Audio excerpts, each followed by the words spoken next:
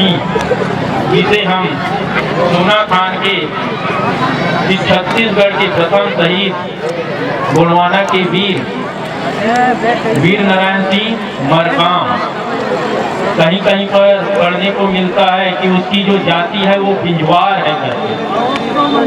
बिंजवार कैसे हुआ, इस पर भी हमें अध्ययन करने की जरूरत है, क्योंकि सोना खान जो क्षेत्र है वहाँ पर एक गोंड मारू नाम का गांव है।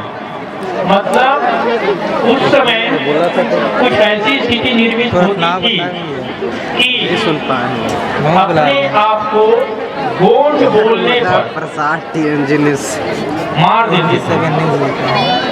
तो वीर नारायण सिंह के जो पूर्वज थे वो अपने आप को बचाने के लिए गोंड न बोलकर बिंजवार बोल दिए, तब से उसको बिंजवार है करके बोलते हैं। वास्तव में बिंजवार नहीं है, वो गोंड ही है। वैसे भी बिंजवार जो है गोंड की ही एक उपजाति है। शहीद वीर नारायण सिंह का जन्म सन 1795 में हुआ था। उनके पिताजी जब तक जीवित थे तब तक रियासत की देख रेख करते रहे, परंतु सन 1830 में जब उनके पिताजी राम राय जो है अस्वस्थ हो गए और राज सत्ता चलाने के योग्य नहीं रहे, तब उन्होंने सन 1830 में अपने लेकिन जब तक मिलता बोला वीर नारायण सिंह नाम मत जाओ, लेकिन जिनका उम्र मात्र 35 वर्ष था, उसे सत्ता की बागडोर सब यही भले करते हैं, नाम मत जाओ भाई, लेकिन यही सबसे बड़े काम ऐसा क्या हुआ कि वीर नारायण सिंह जो है क्रांतिकारी हुआ, क्योंकि उस दौरान अंग्रेजी शासन जब चल रहा था तो रायपुर के जो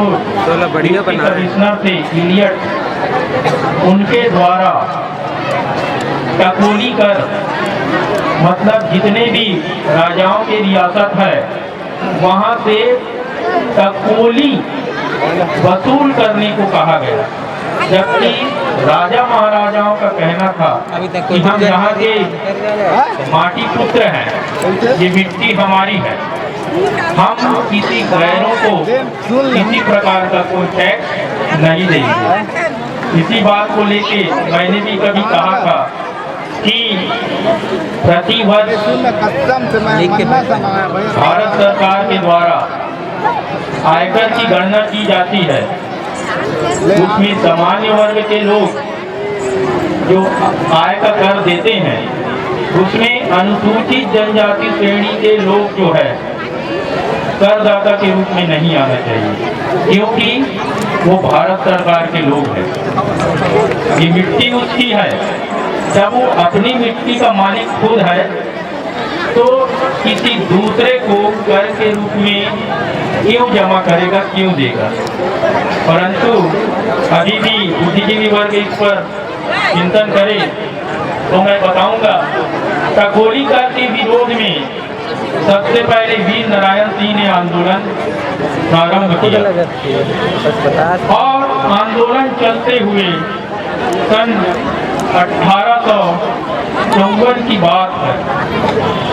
1854 में जो सेठ साहूकार थे, जो बनिया थे, उन लोग भी उसके खिलाफ हो गए, परंतु जब उस क्षेत्र में अकाल पड़ा, अकाल की वजह से उनकी प्रजा के लिए खाने के लिए अनाज नहीं मिला, भूखों मरने की स्थिति आ गई। उस स्थिति में वीर नारायण सिंह ने अपनी प्रजा को बचाने के लिए, जो बनिया था माखन बनिया, उनसे कहा कि आपके गोदाम में अनाज है, उसे अभी मेरी प्रजा को दे दीजिए, क्योंकि मेरी जो प्रजा है वो भूखमरी की स्थिति में आ गया है। अगर उनको अनाज नहीं दिया तो वो लोग मर जाएंगे। इतनी अकाल आई थी, परंतु माखन बनिया ने मना कर दिया। मना करने के बाद अपनी प्रजा को बचाने के लिए वीर नारायण सिंह ने उनका जो गोदाम है उसको लूट लिया और वहाँ का जो अनाज है उसको अपनी प्रजा को दिया। तब ये जो माल गुजार है और ये साहूकार है वो वीर नारायण सिंह के खिलाफ हो गए और खिलाफ होकर के अंग्रेजी शासन के पास और बात नहीं कर उनका कि वीर नारायण सिंह ने हमारा अनाज लूट लिया, उसके खिलाफ मुकदमा दर्ज कर उसकी तुरंत गिरफ्तारी हुई। ये आदेश अंग्रेजी शासन को निकालने का। वीर नारायण सिंह जो है एक बहादुर योद्धा थे और अपनी प्रजा की रक्षा करना जानते थे। खुद आदमी कैप्टन स्मिथ को कुर्रू पाट का जो जंगल है वहाँ पर छावनी डाल के बैठने बोला और जहाँ कहीं भी वीर नारायण सिंह मिले उसकी तत्काल गिरफ्तारी की। परंतु वहाँ पर गिरफ्तार न होकर वीर नारायण सिंह जो है उड़ीसा राज्य के संबलपुर चले गए और संबलपुर में जाने के बाद उसकी गिरफ्तारी हुई।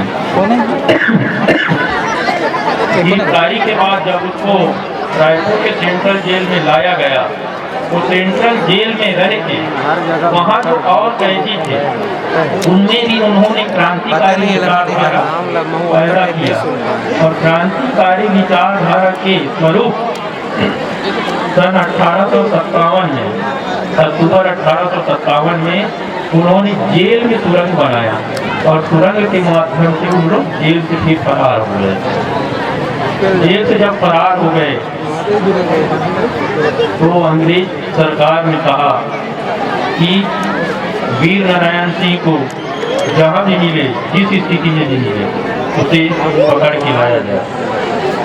वीर नारायण सिंह ने भी अंग्रेजों के खिलाफ गुरिल्ला युद्ध प्रारंभ कर दिया और अंग्रेज की जो सेना थी उनको वो लगातार नुकसान पहुंचाते रहे। परंतु जब वीर नारायण सिंह जब उनकी पकड़ में नहीं आया तो वीर नारायण सिंह की जो प्रजा है उनको वीर नारायण सिंह की जो प्रजा है उनको जो है अंग्रेज शासन के द्वारा प्रताड़ित किया गया और अपनी प्रजा की प्रताड़ना को देख करके वीर नारायण सिंह जो है अंग्रेज की गिरफ्त में आए और 10 दिसंबर जेल पारे चाबी चौक में उनको चालू नहीं मजबूत नहीं मृत्यु दंड दिया गया।